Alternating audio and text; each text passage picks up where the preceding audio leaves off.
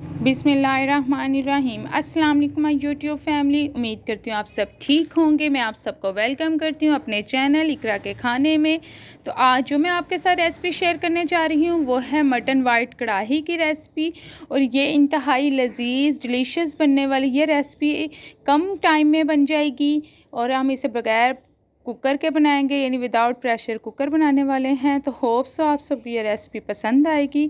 तो चलें आए हम अपनी रेसिपी स्टार्ट करते हैं। यहाँ पे आप लुक चेक कर सकते हैं, माशाल्लाह से इसका टेस्ट भी कमाल था। तो चले आए रेसिपी स्टार्ट करते हैं। सबसे पहले तो जिस बर्तन में आपने अपना जो गोश्त गलाना है उसमें पानी डाल लीजिए। यहाँ पे मैंने 4 मग के करीब पानी डाला था और ये 1 लीटर का मग है। तो यानी इसमें सिर्फ मैंने 2 से 3, यहाँ पे सिर्फ 3 मग पानी ऐड किया था। और इसके बाद हमने अपना मटन पहले ही धो के साफ़ सुथरा करके रख लिया था, तो इसको डालेंगे। और साथ में इसमें हमने सिर्फ नमक डालना है।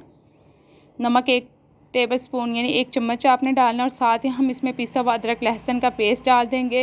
ये भी मैंने 1.5 चम्मच के करीब लिया था। और इन सब चीज़ों को बस ये 2 मेन इंग्रेडिएंट इसमें जाने थे। अब इसको आपने अच्छे से मिक्स कर लेना है।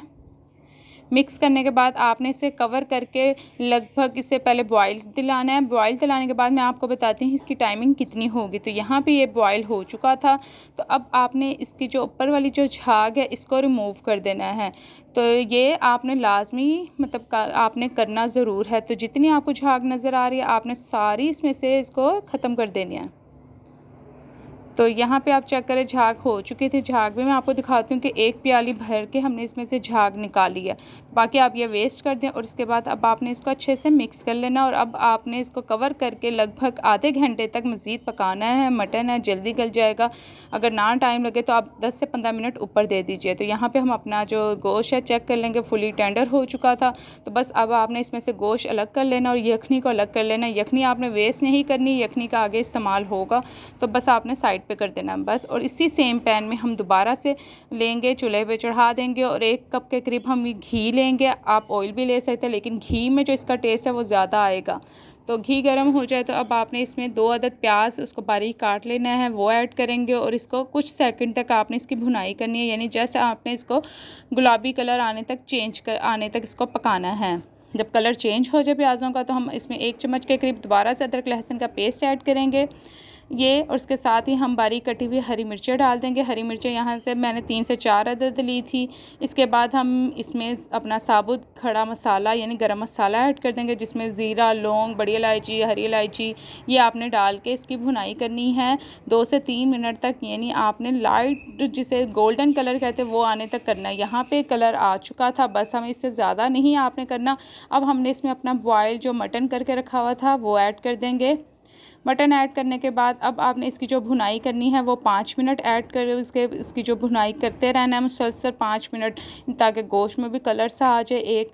और 5 मिनट जब इसकी भुनाई कंप्लीट हो जाएगी, ये घर के मसालों से कोई इसमें एक्स्ट्रा मसाला नहीं जाना और बहुत कम इंग्रेडिएंट्स के साथ आपकी रेसिपी रेडी हो जाएगी। तो यहाँ पे 5 मिनट हमारे कंप्लीट हो चुके थे। तो अब हम इसमें स्पाइसेस जाएंगे, वो भी बहुत कम, जिसमें सबसे पहले तो हम नमक डालेंगे। नमक 1 चम्मच के करीब आपने ऐड करना है।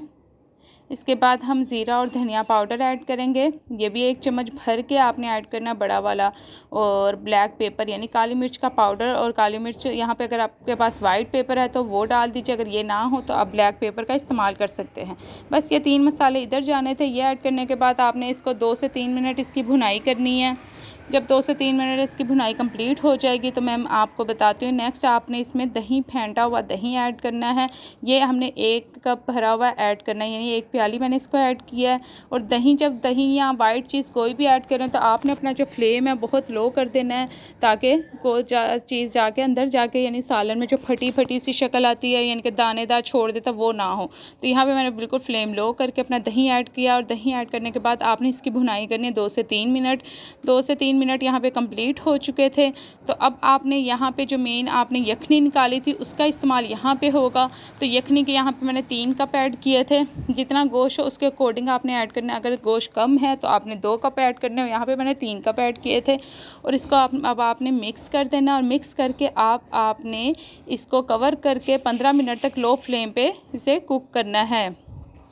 तो यहाँ पे हम इसे कवर करके छोड़ देंगे। अब हम आपसे मिलते हैं 15 मिनट बाद। यहाँ पे 15 मिनट कंप्लीट हो चुके थे।